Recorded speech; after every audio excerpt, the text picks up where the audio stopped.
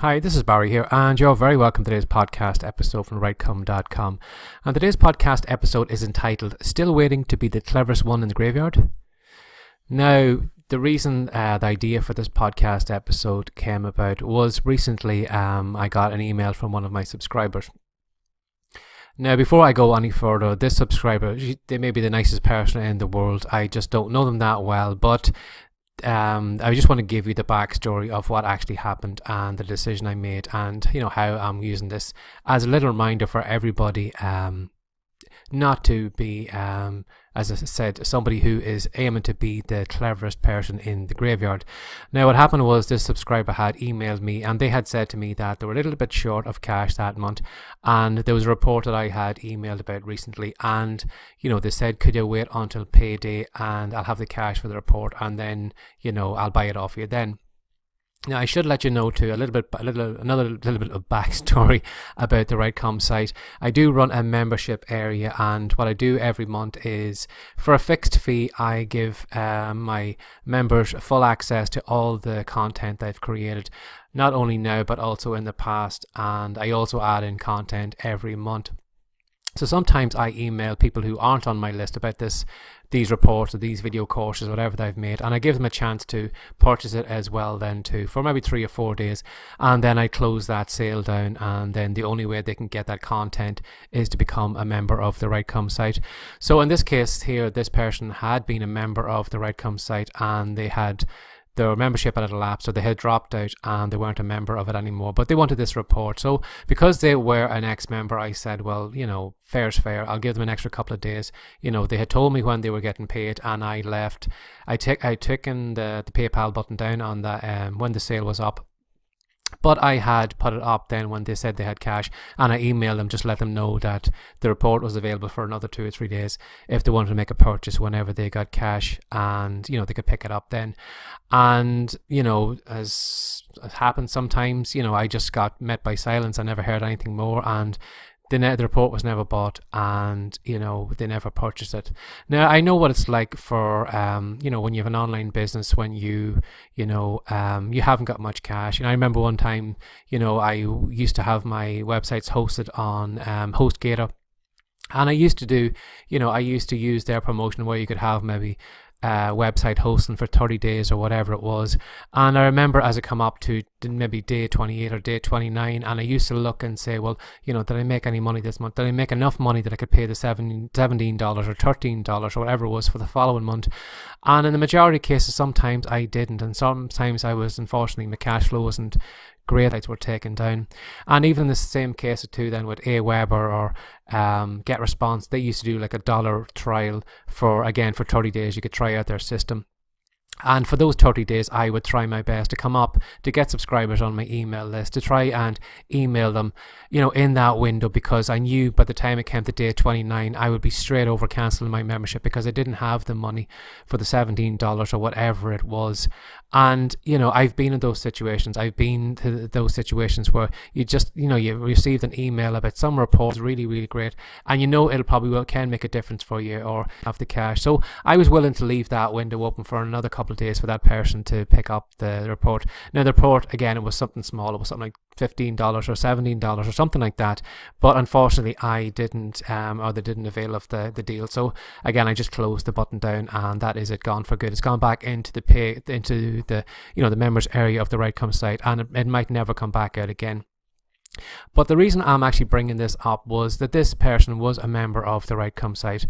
Now, as I said, their membership lapsed and they dropped out, but for the 2 or 3 months beforehand, or even can't remember how long they were actually a member of the site, they had full access to everything that I had.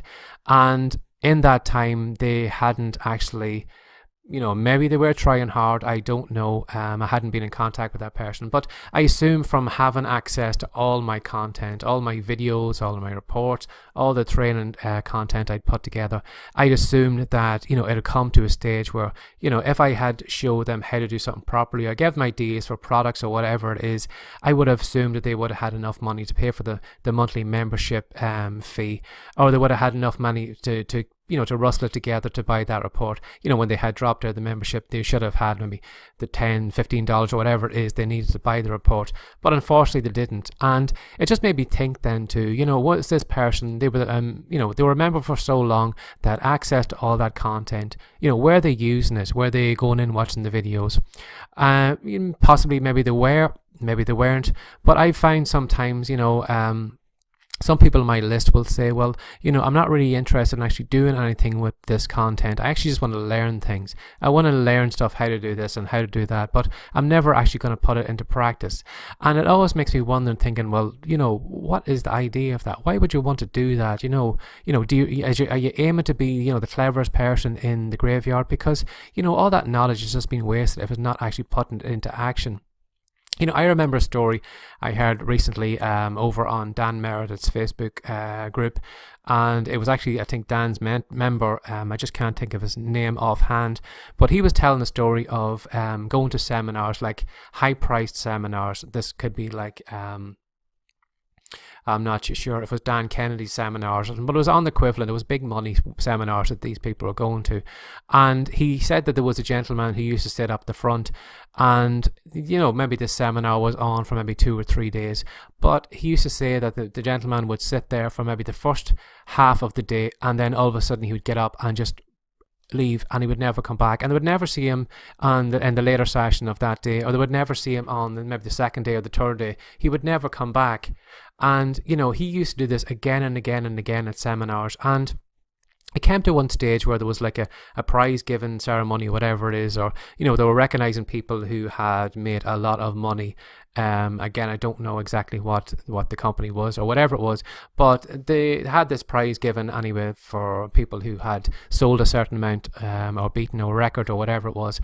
And when it came to the presentation time, this gentleman who used to walk out every, he used to only do the half a day at these 3 or 4 day sessions, it was actually him that stepped forward and actually accepted the prize for it. And people who had been to seminars with him were kind of looking at each other saying, well, how is it, I have gone to that 3 or 4 day seminar, this guy is only doing like a half an hour, he's only doing the morning sessions, disappearing, and yet how is he winning these prizes, and how is he getting all this success, and I'm not getting it? And they found out then, I think it was actually from talking to somebody else, or actually talking to him himself, what was he doing? And what he was doing was, as the seminar was going on, he was, writing like furiously on the page, and he was taking down notes of what was being explained on that day. And then what he would do is he would take those bundle of notes, he would leave the room, and he'd go to his hotel room. And what he would do is he would contact his team, whatever that was, his web development, maybe his copywriter, or whoever was on his team, and he would sit down and he would go through the notes, and he would say, right, this is what we're putting into place, this is the action we're going to do, we are going to act on this straight away. And within 24 hours he would have tweaked his sales letter, or he would have created a website, or he would have done something on what he had learned in that half session on the first day of the seminar. Whereas the people who maybe had gone through the 3 or 4 day seminar, they may have taken notes, but the majority of them never took action on all that knowledge that they had learned. And yet here was this guy who learned exactly what he needed to learn in that half session, had taken action on it, and he was the person who was stepping up on stage then, accepting the prize for whatever record he'd broken, and it made me think, this person had all this content available to them and maybe never acted on it. And it just made me wonder, like, how many of us, if we go back to maybe our purchases on the Amazon store, all those books you've purchased maybe on copywriting or how to write better, or maybe on blogging, or maybe on how to be better on social media, how many books have you gone through in that particular topic? And how much action have you actually taken on the knowledge in that? Rather than actually go and buy maybe another book on Instagram, or another book on how to write wonderful blog posts, or whatever it is, go back to the book that you already have there and go through and say, did I actually take action on any of this content here? Did I take any notes? Like a snowball just as it's run down a hillside. Am I just gathering more and more and more knowledge, and it's never actually been used? It's never actually been, the rubber's never actually been put to the road. I've never actually taken use on it. Even if you probably go back to your hard drive, how many free reports have you got stored away there that are never being looked at, or how many videos have you been recommended to watch on YouTube, or even the podcast episode, like even these podcasts I'm giving away, I assume there's probably a tip now and then that I have tossed out. How many times have you listened to a podcast episode and never had like a pen and paper with you, and to take down a quote or to take down a tip or something like that, because you feel that the more you learn, the more you're going to be successful.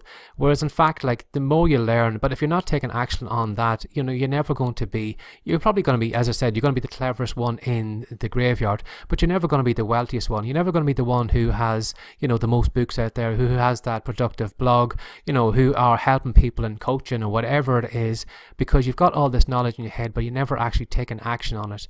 So whatever you're doing today, have a look and say, can I, whatever pages in this book I have read today, is there anything I could put into use straight away? Could I just drop everything, go over, tweak my sales letter, use it on a social media image? Could I take something that I've learned and put it into use, rather than thinking, well, I want to get through this book and get into the next book and the next book and the next book, rather than actually just drawing a line in the sand and just saying, here, what have I learned from that book? What can I, I've paid $7 from this book. Is there a $7 idea at very least in this book that I should be using today? And the majority of times, that $7 book or the $10 book, it could be maybe a $200 or $300 idea in that book if it was put into action. But you feel maybe that possibly that you need to get on to the next book because you need more and more knowledge in your head, rather than actually acting on the content that you've already gone through, and unfortunately you're losing out because of it. So I don't want you to be the cleverest person in the graveyard. I would like you to be the wealthiest person, the most productive person, or the person who has put out the most content before you actually do that.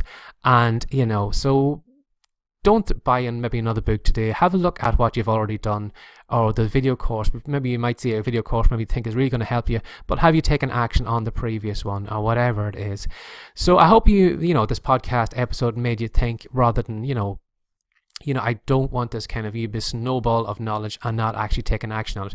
Be like that person who went to the seminar, the half a morning, that was enough for them to break all those records. So what is your half a morning that you should be putting into use to get you further than where you are right now? Now, if you enjoyed this podcast episode, I really love if you could just share it with even one person who you may feel could benefit from it. Now, if you'd like to know more about me, or if you'd like to know more about the blog posts, the podcast, the video courses, or whatever, or the WriteCome membership, you're very welcome to drop over the WriteCome site. Now you can join my mailing list, and I'll be emailing you daily with tips, tricks, and other ideas maybe you can put into use. And if you'd like to come over to the WriteCome site, you'll find me over here at WriteCome, which is WriteCome.com, and that is where all the content is there. And as always, thanks for sharing your time with me again today, and take care and have a great day. Bye bye.